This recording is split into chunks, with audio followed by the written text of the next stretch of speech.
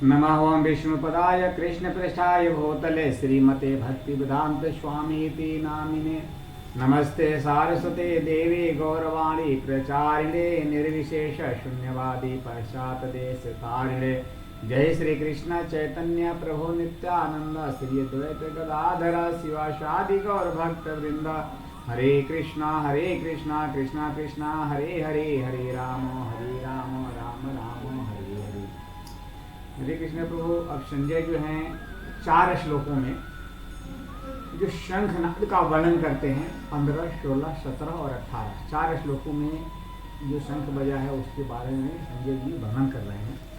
तो 15 नंबर जो श्लोक है उसमें बता रहे हैं कि पंचजन्यम ऋषिकेशम देवदत्तम धनंजय पांड्रो दध्मो महाशंखा भीमकर्मा विकोदरः।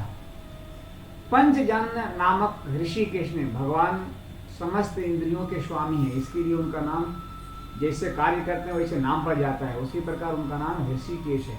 वह इन्होंने क्या किया, पंचजन्य नामक शंख को बजाए। देवदत्तम धनंजय एक बार युधिष्ठिर महाराज यज्ञ कर रहे थे, उस यज्ञ में धन की कुछ आवश्यकता हुई, उसमें ये अर्जुन ने कुछ धन को इकट्ठा किए थे, इसके लिए उनका नाम धनंजय पड़ा था। इसके लिए करे देवदत्त नामक एक शंख बजाए। पांड्रोक दधमो महाशंख, और महाशंख जो है पांड्रोक नामक जो महाशंख है उसको भीमकर्मा द्रिकोदर, जिसका उदर बड़ा है, अर्थात भीमसेन ने, तो इन्होंने ये शंख बजाए। तो भगवान का नाम पंचजन ऋषिकेशा। भगवान क्या है, शर के भीतर की बातों को, इच्छा को जानने वाले भगवान श्री कृष्ण जो हैं, जिसके पक्ष में, पांडवों के पक्ष में वो खड़े हैं, वो साक्षात भगवान श्री कृष्ण जो हैं पंचजन्य नामक शंख को बजाए। ये पंचजन्य नामक जो शंख है, एक पंचजन नामक असुर का वध करने के बाद ये शंख उनसे वो ग्रहण किए थे। देवदत्ता धनंजय जो है राजसूय यज्ञ के समय अर्जुन ने बहुत से राजाओं को जीतकर और बहुत धन इकट्ठा किए थे, इसके लिए अर्जुन का नाम धनंजय पड़ा था। उन्होंने वो देवदत्त नामक जो शंख है वो इंद्र देवता द्वारा, इंद्र के द्वारा उनको ये प्राप्त था। इस ध्वनि की, इस शंख की विशेषता बहुत थी, आगे इसकी ध्वनि जो है बहुत तेज थी, जिससे कि जब यह शंख बजता था तो शत्रुओं की सेना घबरा जाती थी। इसी शंख को अर्जुन ने बजाया। पांड्रक जो नामक शंख जो था वह भीमसेन ने बजाए थे। वह भीमसेन का नाम एक हिंडिम्बा नामक असुर का वध किए थे, बकासुर का, जटासुर का आदि अन्य असुरों का वध किए थे। जरासंध जैसे बलवान और वीर को मारने के कारण भीमसेन का नाम भीमकर्मा भी पड़ा था। और हर एक व्यक्ति के पेट में जो अग्नि रहती है उसको क्या बोलते हैं, जठर अग्नि है।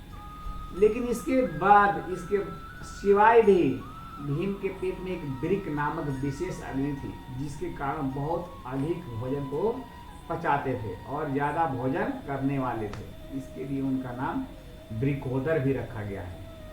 तो इस प्रकार हम लोग जो 14 श्लोक है उसमें अब बता रहे हैं कौन कौन से लोग कौन कौन से शंख बजाए। उनकी 18 जो योद्धाओं के नाम इसमें गिनाएंगे। उसमें 16, 17 और 18 में हम लोग चर्चा करने जा रहे हैं।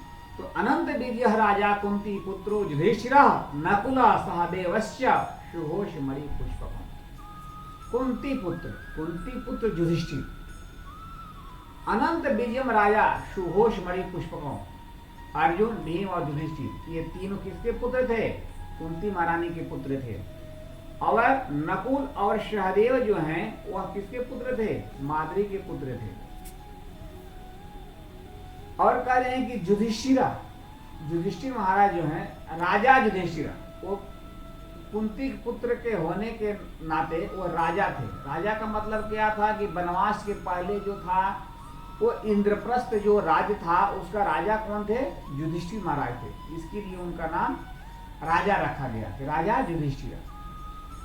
अब कह रहे हैं कि वो 12 वर्ष तक जो अज्ञातवास वो लोग काटे थे। 12 वर्ष के बाद अपने अज्ञातवास काटने के बाद उनको राजा होने चाहिए थे, लेकिन जो दुर्योधन था उनको राज्य नहीं दिया। बोलता था कि बिना युद्ध के हम एक ही सुई की नोक बराबर भी आपको भूमि नहीं देंगे। इसके लिए युधिष्ठिर महाराज का नाम जो है इसलिए उनको राजा कहा गया है।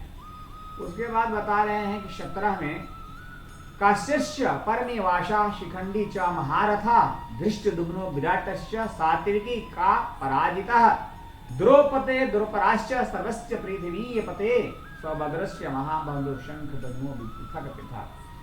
कहते हैं कि पृथ्वी राजन, ये राजन और श्रेष्ठ धनुष वाले काशीराज के पुत्री, जो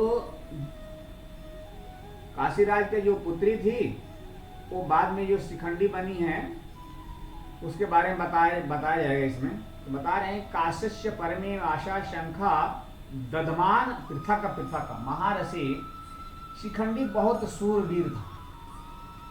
यह पहले जन्म में राजा काशीराज की कन्या अंबा के रूप में वो पैदा हुई थी, जो भीष्म पितामह ने उनको त्याग दिया था, अंबा, अंबिका और अंबालिका, जिसमें अंबा जो थी वो काशीराज की कन्या थी और उसको छोड़ दिए थे। तो बाद में वो कसम खाई थी और दूसरे जन्म में वह जन्म हुआ तो वह द्रुपद की कन्या के रूप में उसका जन्म हुआ था और बाद में उसको फिर पुरुष तत्व बना था। एक अस्थूणाकर्ण नामक यक्ष के द्वारा पुरुषत्व प्राप्त होने की वजह से वह पुरुष बना था। तो भीष्म जी, जो भीष्म पितामह जो थे, इस बात को जानते थे कि शिखंडी जो है वह स्त्री ही उसको समझते थे, क्योंकि वह पूर्व जन्म में स्त्री था। और अर्जुन जब युद्ध में उसको सामने खड़ के जब युद्ध चलाए तो भीष्म पितामह ने अपना युद्ध चलाना, धनुष चलाना बंद कर दिए थे, जिसके कारण वह पर्वत से गिर पड़े और अर्जुन ने उनको मारे थे। और अर्जुन का पुत्र जो था अभिमन्यु, वह बहुत सूरवीर था। वो युद्ध के समय जो द्रोणाचार्य ने चक्रव्यूह की जो रचना की थी, उसमें अपने पराक्रम से बहुत सारे वीरों का संहार किया था और अंत में कौरवों के 6 महारथियों ने मिलकर अन्यायपूर्वक इस पर अस्त्र शस्त्र का ये लोग प्रहार किए थे और दुशासन के पुत्र के द्वारा सिर पर गदा का प्रहार होने से इसकी मृत्यु हो गई थी। और संजय शंखवाद के वर्णन में बताते हैं कि कौरवों की सेना में सूरवीरों में केवल भीष्म का ही नाम आया है और पांडवों की सेना में अन्य सारे वीरों का नाम दिया जा रहा है। इसमें 18 वीरों का नाम इसमें ले रहे हैं, जिसमें भगवान श्री कृष्ण, अर्जुन, भीम आदि अन्य वीरों का ये नाम लिया जा रहा है। और बता रहे हैं कि युधिष्ठिर महाराज भगवान जहाँ थे वहाँ क्या धर्म का पक्ष था, कौरव पक्ष जो था वह अधर्म के पक्ष में था। इसके लिए संजय जी वहाँ पर आदर नहीं दे रहे थे। उसके पक्ष में एक योद्धा का नाम लिए केवल भीष्म पितामह का, और पांडवों के पक्ष में 18 वीरों का नाम लिए, जिससे वो होता क्या है कि वह पांडवों को ज्यादा आदर देते थे। अधिक आदर देने की वजह से इनके पक्ष का अधिक वर्णन करना चाहते थे और कौरवों के पक्ष में क्या है, उनको आदर देना कम समझते थे। इसके लिए उन्होंने केवल एक वीरों का ही नाम उन्होंने लिए हैं।